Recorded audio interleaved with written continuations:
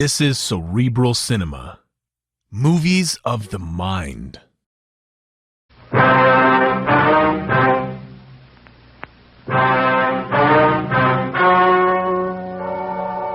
story you are about to hear is true. The names have been changed to protect the innocent. Fatima Cigarettes. Best of all, king-size cigarettes brings you Dragnet.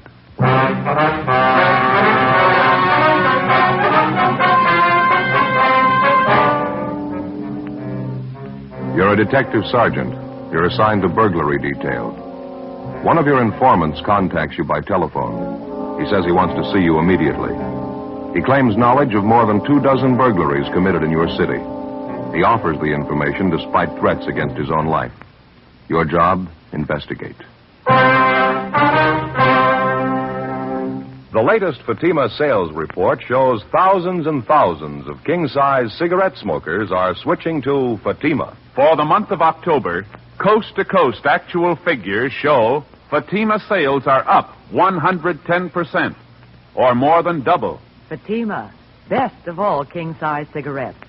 Definitely the best quality in its class, but the same price as the cigarette you're now smoking. Remember, thousands of Americans are switching to extra mild Fatima.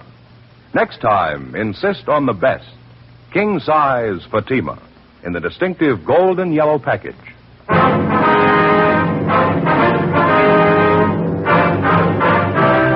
Dragnet, the documented drama of an actual crime. For the next 30 minutes, in cooperation with the Los Angeles Police Department, you will travel step by step on the side of the law through an actual case transcribed from official police files. From beginning to end, from crime to punishment, Dragnet is the story of your police force in action.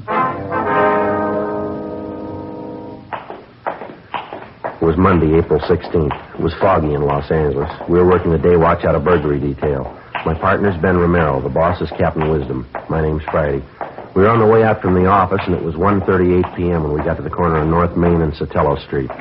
Johnny Cokin's Cafe. Pretty well filled up. You want to sit at the counter? There's a booth over there in the corner. People just leaving. Oh, yeah. Didn't see it. It's all right, isn't it? Yeah, fine.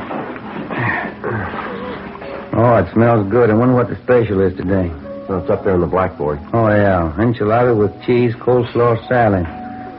Well, it does smell pretty good, doesn't it? Wish I hadn't had lunch. I should have waited. I keep forgetting Monday's enchilada day down here. Sure like the way Johnny fixes it. Hello, Friday. Ben, how are you? Bye, Roberta. Yeah, get these dirty dishes out of the way. Okay, fine. Is it going to be the special? No, we forgot today was Monday. We had lunch already. Too bad. What'll it be, just coffee? Yeah, it's fine. Friday? Yeah, same for me, Roberta. Both of them black, I guess. Okay, 2 blacks. Say, you haven't seen Smalley around this afternoon, have you, Roberta? Red Smalley? Red? No, I haven't seen him for a couple of days. Okay.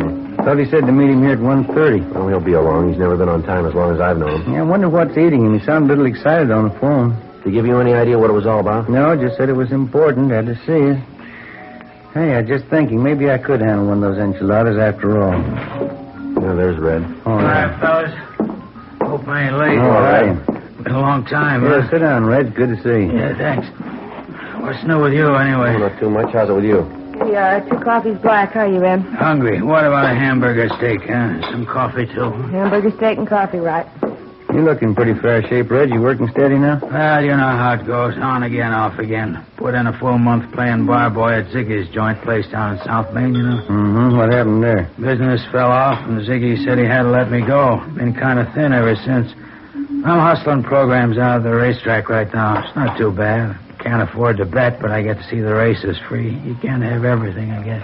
I understand you're a little worried about something, Red. Anything serious? Well, yeah, it might be. Like I was telling Romero on the phone, it wouldn't do me no good if it got out. I mean, me talking to you about it, you know. He'd probably tie a can to my tail if he knew I told you. Who's that? Guy by the name of Jeff Allen. Know him? No, it doesn't sound familiar to me. Ben? Me neither. Who is he, Red? Second-story worker. Lots of savvy, too. He's fell a couple of times on burglary raps.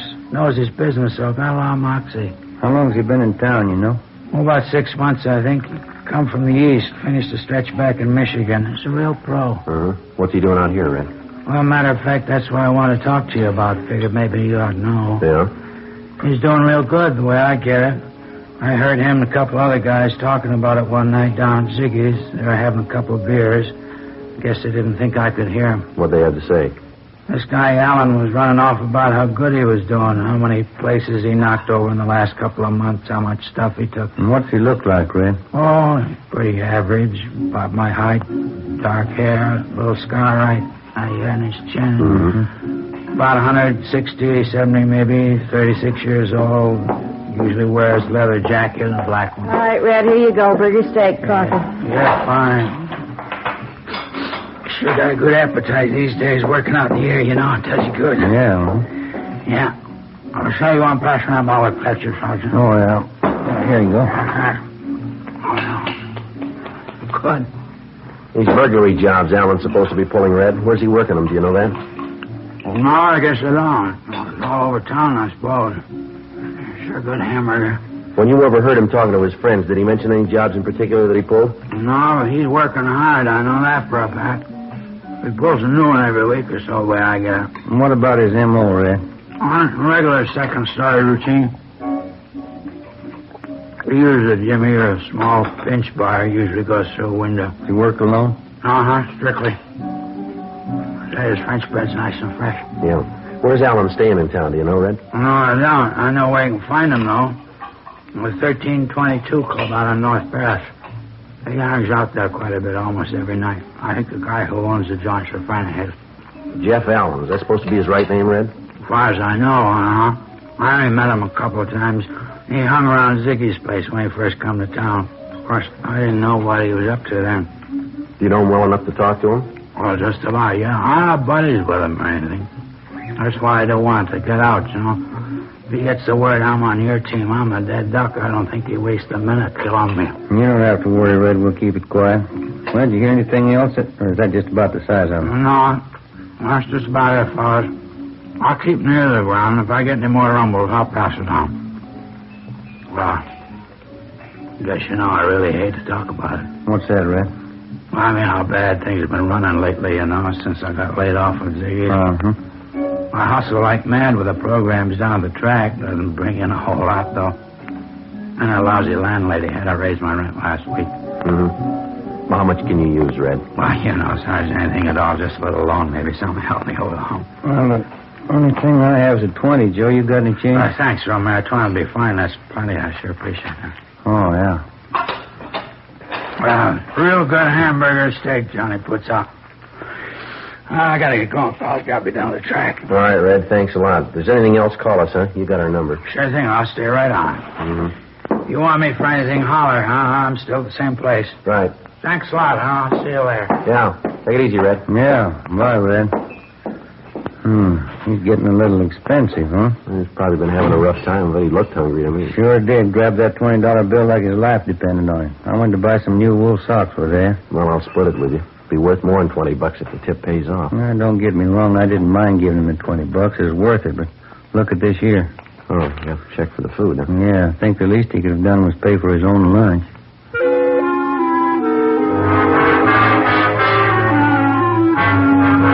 By and large, the character of the informant, in fact or fiction, isn't generally regarded with too much sympathy. To most people, the informant's nothing more than a stool pigeon, a squealer, somebody who, by the very act of informing, commits a sin against a supposedly popular unwritten law. Well, it's obvious that this isn't always so, because in the interests of law enforcement and justice, which means the betterment of the community, the informant very often plays a major role. Year after year, informants are responsible for the apprehension and conviction of many hundreds of criminals, people who rob and cheat and commit murder, crimes that are obviously far deadlier than informing. As for the mechanics of law enforcement at the level of the working detective, the informant is considered virtually indispensable. It's been said before by peace officers, and it'll probably be said again quite a few times. If your job is catching criminals and enforcing the law, this is the first rule you have to learn. The working detective is no better than his informants. 2:12 p.m. Ben and I had no idea if the information we'd gotten from Red Smalley was authentic or not, but it had to be checked out. We went back to the office and had Frank Cunningham and R&I check on Jeff Allen. We also had the stats office make a run for us on suspects with similar M.O.s. Then we started to page through reports of burglaries which had occurred throughout the city during the past 3 months. No. How you doing over there? Anything at all? Not too much. Wait a minute, maybe. This might be one of them. Here, let me see. Home in Hollenbeck Park neighborhood. Burglar's M.O. matches out and a time element, too. Happened 6 weeks ago. Window on the second floor of the house was pried open. They took furs and money, $23. That the only one you found? Another one here I took out a minute ago. M.O.'s pretty much the same on this one, too. Only thing different is the night of the week it happened on. This one's a Thursday. That one there's a Sunday. Yeah, it checks out pretty close otherwise. The only one thing I can't figure. What's that? Well, Alan's supposed to have been in the city for at least 6 months. According to Red, he's working a job maybe once a week, once every 10 days or so. Now, you got 2 reports there that match his M.O. here. I picked out 2 more from that other pile. Seems to me if he's been working in town for a couple of months, there ought to be more than 4 reports on him, shouldn't there? I got it. Burglary in Romero. Oh, you're fine. Jeff Allen. Is that so? Oh, you have, huh? Okay, right, Frank. Thank you. Yeah? All right, I got to make on Allen. He's had one arrest here 4 years ago on a vag charge. He's a loser out of Michigan. Fell for burglary. Never been picked up for burglary here, though. He isn't registered. And that's all, huh? That's it. Doesn't seem to gel right to me. Does it to you? A lot of loose ends to figure out. I wonder if Red was handing us a line on this thing. Why would he? Well, maybe he needed that $20 touch. Maybe this Jeff Allen's an old pal of his. Red had a falling out with him. He wants to get even with him, I suppose. Possible, I guess. I don't know. Hi, Joe. Ben? Oh, hello, Xavier. What do you say? What's with you? You still in that stakeout south end of town? Yeah, 3rd week. Sure getting dull. You two look busy. What's all this? Oh, we got a tip on some prowl artist trying to get a line on him. Take a look at this 3.1, will you, Jim? You run into any jobs recently to stack up like this in here? Let's see. We're shooting in the dark on it so far. I don't know if we got anything or not. I'd say you got it. Burglary report in 77 Division this morning. Happened to check it when I was out there. Same MO as this? Same everything. 4:55 p.m. Ben and I went down the hall to the record bureau and picked up a couple of mug shots of the suspect, Jefferson Allen. Then we drove out to the 1322 Club on North Ferris Avenue in the Silver Lake District, the neighborhood bar where Allen spent most of his time, according to our informant, Red Smalley. We staked out in a car down the street where we could keep an eye on the front door to the bar and still not look suspicious.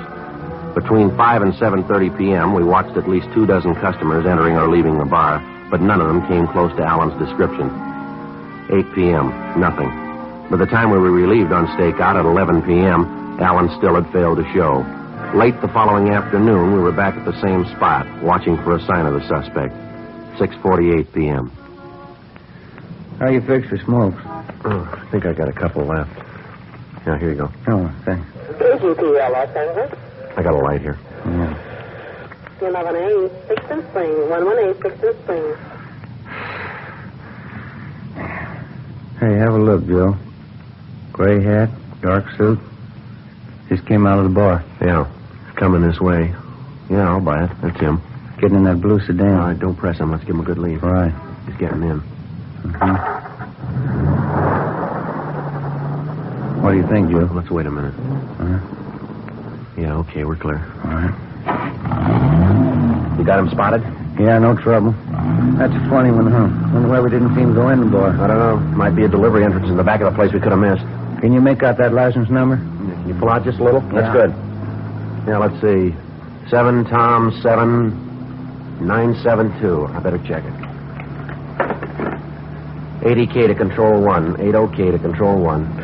Control 1 to 80K. Go ahead. Control 1. Request rolling make and DMV on 7 Tom 7 972. That's 7 Tom 7 972. Control 1 to 80K. Roger. Stand by. KMA 367. Doesn't seem to be in any great hurry. Barely poking along. Where is he now? I can't see. Just turn right on to Bronson.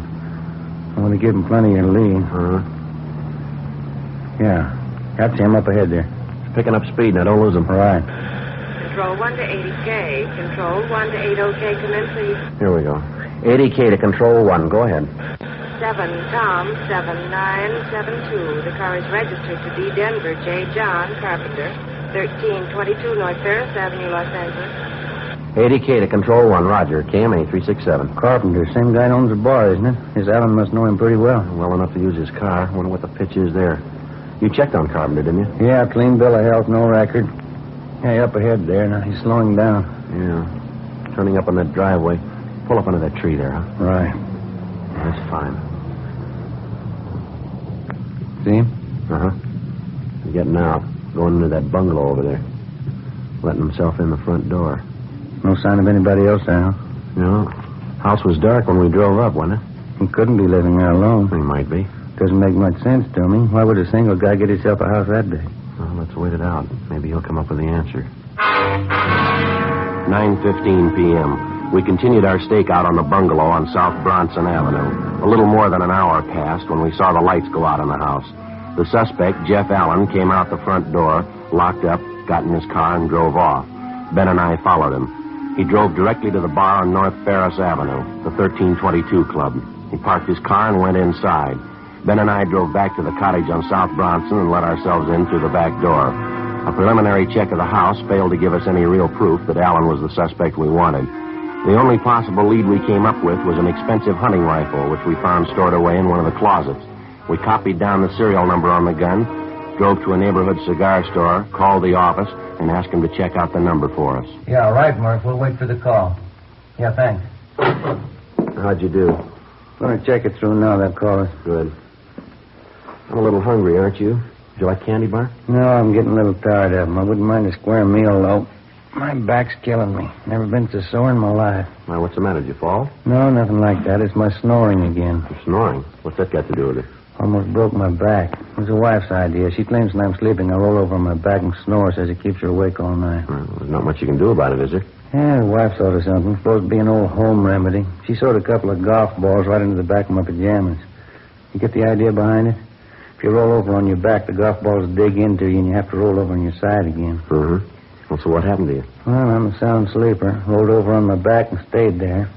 Slept on those golf balls all night. Woke up in the morning like to have died. Felt like I'd snapped a couple of vertebrae. Must be an easier way to keep you from sleeping on your back. Well, it wouldn't do any good anyhow, Joe. It just won't work. What do you mean? I snore just as loud sleeping on my side. I get it. Hello? Yeah, Murph. This is Joe Friday. Mm-hmm. W615344. Yeah, that checks. That was the serial number on it.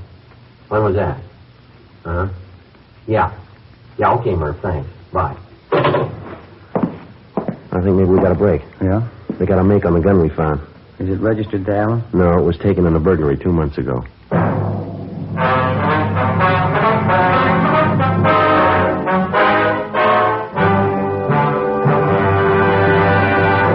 You are listening to Dragnet, authentic stories of your police force in action. Millions heard it, yet only 46 have written. Starting on Dragnet over a month and a half ago, on September 20th to be exact, Fatima made a special money-back offer to more than 10 million listeners.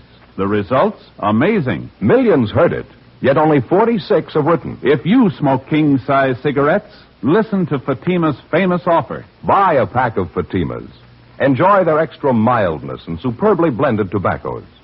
If you're not convinced Fatima is better than the king-size cigarette you're now smoking, just return the pack and the unsmoked Fatimas before December 1st, and we'll give you your money back, plus postage. Fatima, Box 37, New York 1. Fatima's latest sales report shows Fatima sales up in every state in America. The month of October, coast to coast. Actual figures show Fatima sales up 110%, or more than double. Yes, thousands and thousands of Americans are switching to king-size Fatima. So why wait? Switch to Fatima today. Extra mild. Best of all, king-size cigarettes.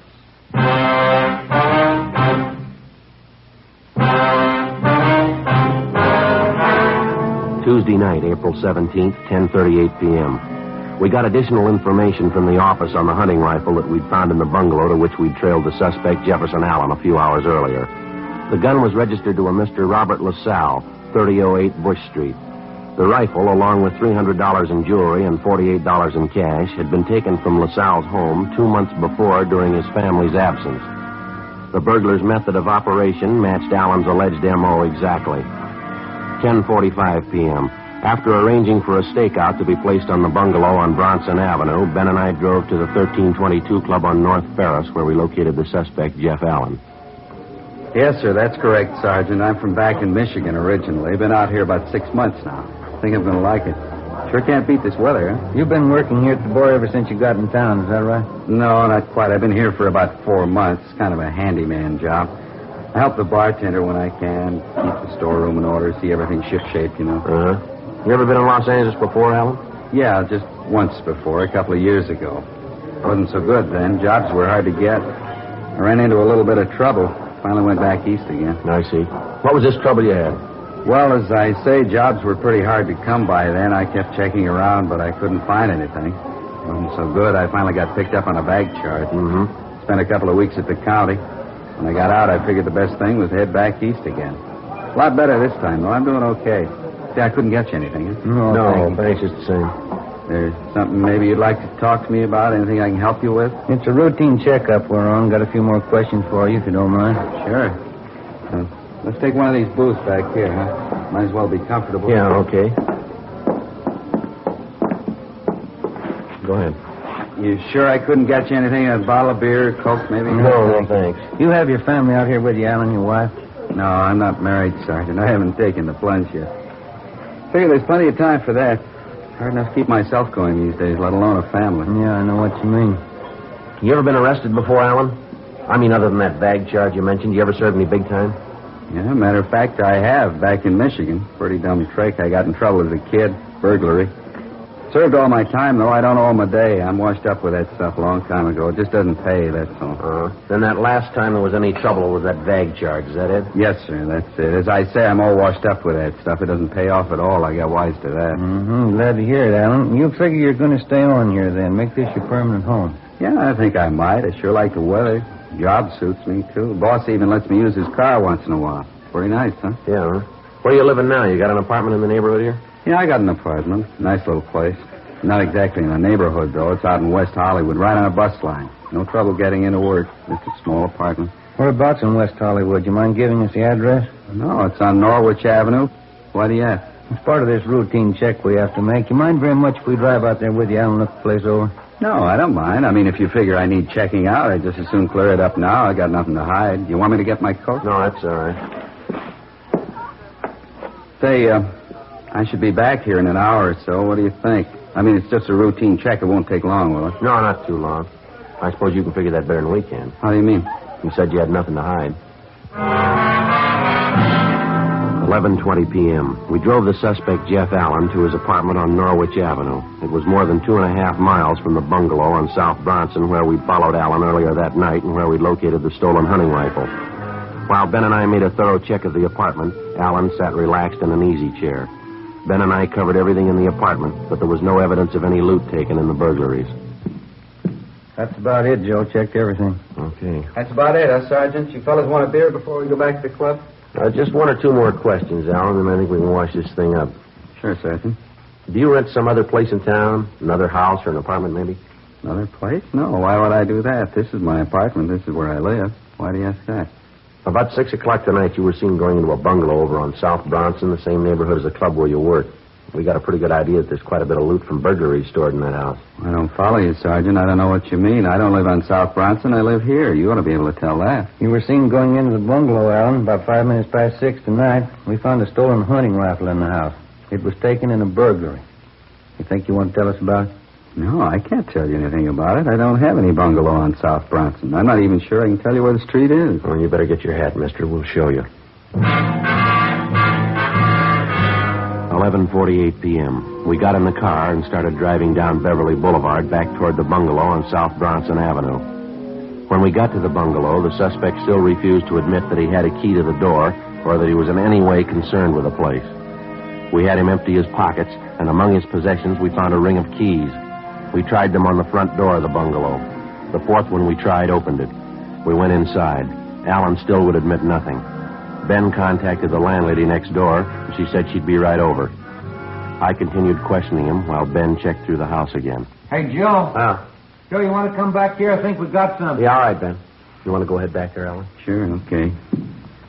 Still can't tell you what the score is, though. I don't belong in this place. It ain't mine. Well, that key you had seemed to fit the front door all right. How do you figure that? It doesn't mean anything. I had that key for years. I think it's a skeleton key. Opens almost any kind of lock. Down here, Joe. Small basement here. Leads right down off the kitchen. Yeah, all right. Go ahead, Allen.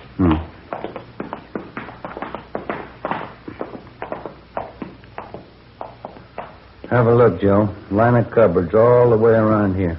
Check them for yourself. Yeah, all right. Pretty good haul. Furs, machinist tools. Jewelry. Quite a bit of it here. A couple of radios. 2 more hunting rifles. Come on, how about it, Alan? You want to save time for all of us now? You got it wrong, Sergeant. This isn't my place, I told you. When I got out of that trouble back east, I made up my mind I was all washed up with this kind of stuff. This house isn't mine. I haven't got anything to do with it. You're kidding yourself, Alan. You know that. No, you got it all wrong. You got it all mixed up. Well, we'll let the landlady tell us. The woman who owns this house, she's on her way over from next door. She ought to be able to tell us who she rented the place to. Wouldn't you say so? Wouldn't you? She might be wrong. It's possible. No, look, we got you dead to rights, mister. Why not face it? Can't. I won't do it. I made up my mind the last time. It wouldn't happen again. I was all washed up with it. I won't go through it again. They'll send me back. I won't be able to take it. Maybe you should have figured that before you started in. I didn't mean to. I was all washed up with that stuff. I told you that the first time I saw you, didn't I? Yeah. I'm sure of it, too. I wouldn't try it again. Didn't pay. It's just what I told you. I'm all through with it. I'm washed up with it. I never lied to you, did I? What's the difference? Huh? You lied to yourself.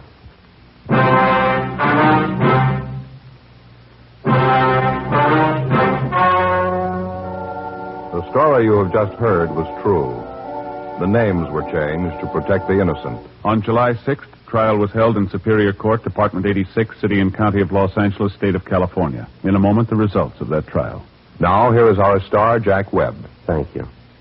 September. Fatima first made its famous money-back offer. Millions heard it, yet only 46 have written.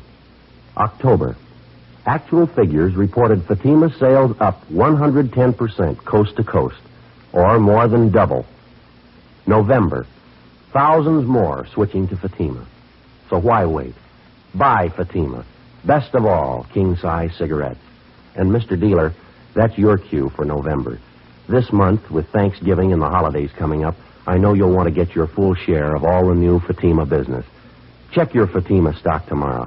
Make sure you can take care of the thousands of Americans who are switching to Fatima, insisting on Fatima quality.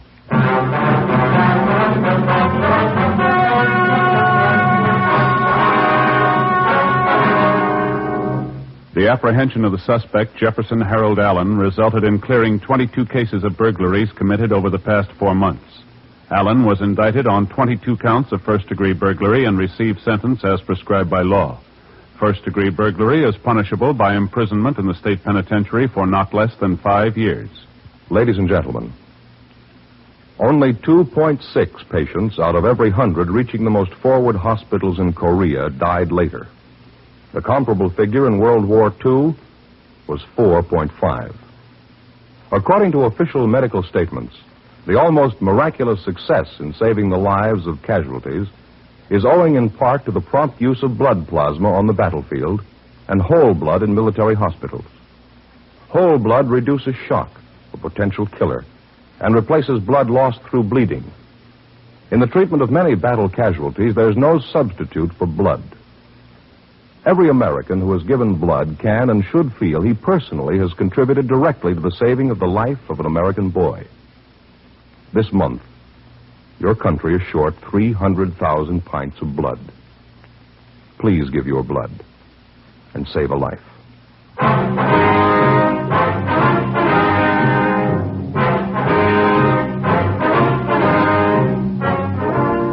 You have just heard Dragnet, a series of authentic cases from official files. Technical advice comes from the Office of Chief of Police W.H. Parker, Los Angeles Police Department. Fatima Cigarettes, best of all king-size cigarettes, has brought you Dragnet, transcribed from Los Angeles. Today's the silver anniversary of NBC.